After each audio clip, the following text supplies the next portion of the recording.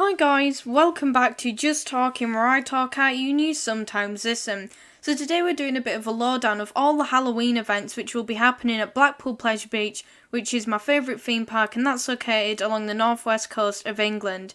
And of course, if this video did help you out with planning some of the things you're going to do this October, then make sure to like, comment and subscribe, and let's get into the late night riding event. So basically there are two dates left in the late night riding. There is the 23rd and the 30th of October.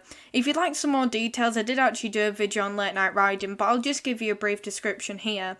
So the FY4 Club DJ will be performing on both dates from 4pm till 10pm by the dancing fountains near the river caves.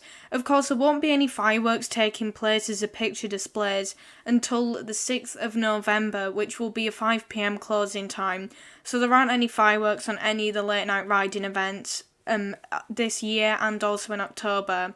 So the latest ride closures are at 10pm and most outlets will be open until that time or an hour before. So at 10pm, all rides should stay open until that time. They haven't announced that any of the Nickelodeon land rides will close before that, but I'm not too sure, but you'll have to check when you get there. And of course, rides are subject to availability change due to breakdowns or weather conditions. On these dates also, there will be no Journey Tell Freak Nights events taking place, but of course some of the walk around characters will still be there, but maybe not to as late as you'd expect. And the park will open at 10am or earlier based on which entrance you use. Of course, if you use the one by the Boulevard Hotel's driveway, and if you obviously have a proof of booking, which can be an email confirmation or a key card, then they will actually let you in about 10-20 minutes earlier just because it's convenient, and you can only use that if you have a hotel booking.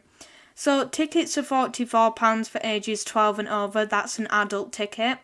£38 for ages 11 and under, and £34 for 6pm entry until 10pm, and £34 is the usual price for 10 while 5pm entry.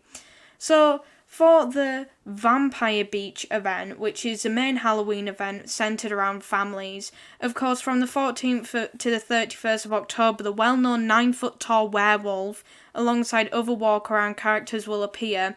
And if you do think about Vampire Beach or Halloween at the Pleasure Beach before Journey Tell Freak Nights, you'll definitely think of this guy, which is seen in the dancing fountains. So during the event there will be some decorations dotted around the park, such as pumpkins, zombies and more. And of course there will be other things going on, but for the walk around characters, none of them are aiming to scare you. So if any families are coming in concerned about, the sheer size or the scariness of these walk around characters, they're completely there to entertain, similar to your normal mascots, they're just a bit creepier. And of course, it is a very nice thing having these walk-around characters around the park, and they are very entertaining and are only there to entertain and make you laugh, not to make you scared. So this event does also come with entertainment, and that can be found at the Hub. So at the Hub, which is an outdoor entertainment space on the empty lot where Wild Mouse was, and that's of course by the river caves, is the following event centred around families. So there's pumpkin carving. I'm not too sure whether or not that's you who can do the pumpkin carving, because I believe it does start on the 14th of October, these events, or if there will be showcasing pumpkin carving, or it will be both, because in past years there have been carving popular characters such as Nickelodeon characters or even Wallace and Gromit characters, so that's a really nice thing, or maybe they'll let you give it a go as well. There is also the Hub Dancers, which are every Saturday. There's Bradley Beaver, Bella Beaver, DJ and Poppycorn, which are the four main mascots for the park, and they will have a show which is also on every Saturday. DJ Health and Safety Hazard throughout the day on Saturdays, and also family Halloween TV shows and movies on every weekend.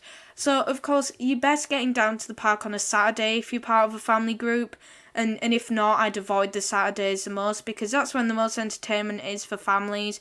I'm not too sure when the Nick or Treat event is on, because I haven't detailed that, or whether or not it will be on this year is unknown, unless it is as it was beforehand on the 31st of October.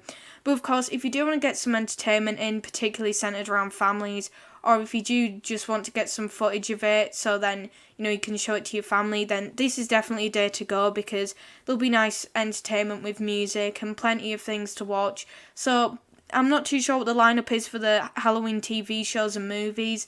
I'm assuming for the TV show side of things, it'll be mainly Nickelodeon specials, and for movies, it'll most likely be, something quite generic like Nightmare Before Christmas.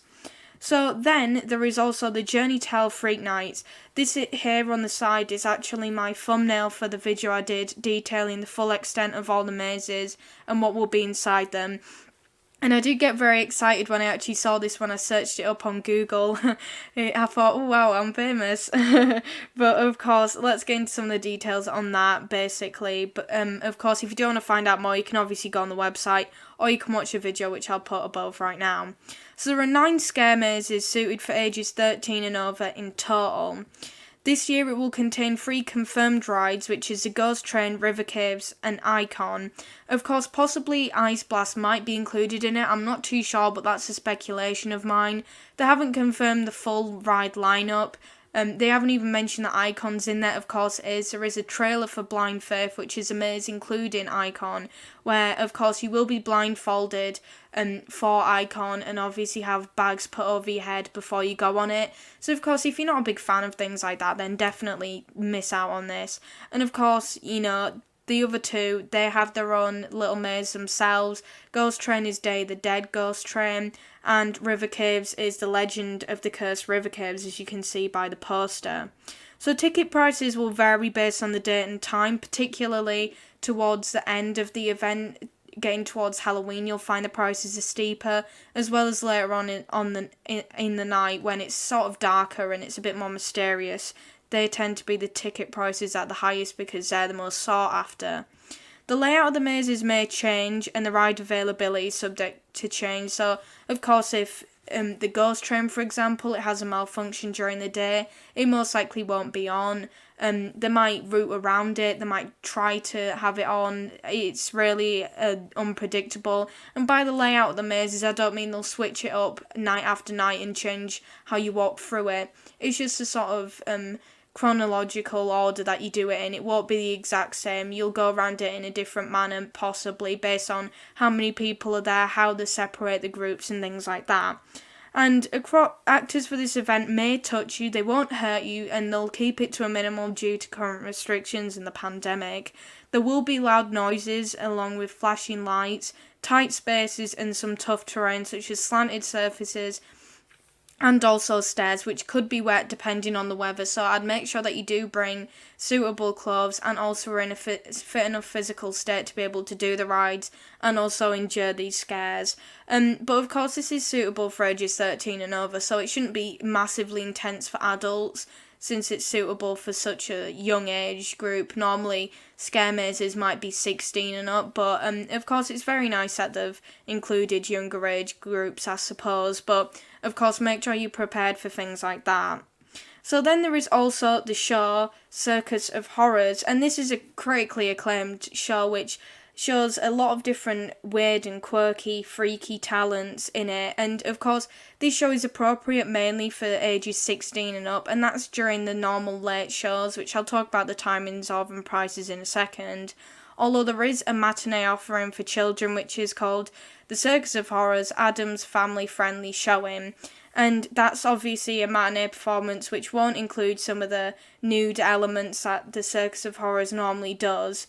But of course, if you do want to check this show out, I definitely recommend doing it because it's hailed a lot of rewards and positive criticism from a lot of celebrities, some great critics, so I definitely check out some of the more in-depth details online if you want to find out a bit more, because I've actually never seen it.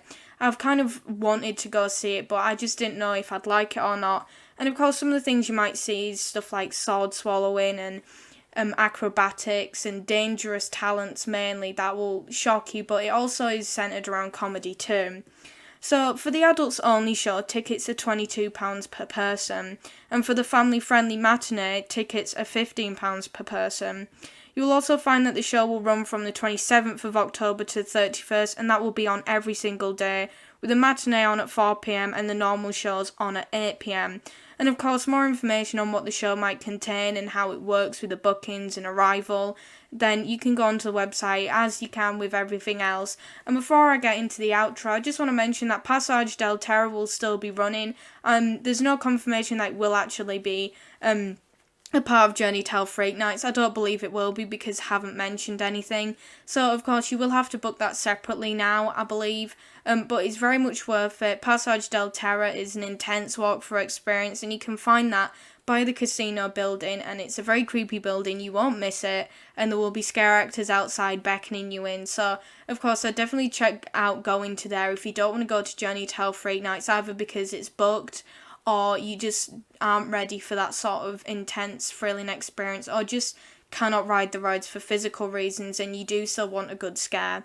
So make sure to check that out, and let's get into the outro.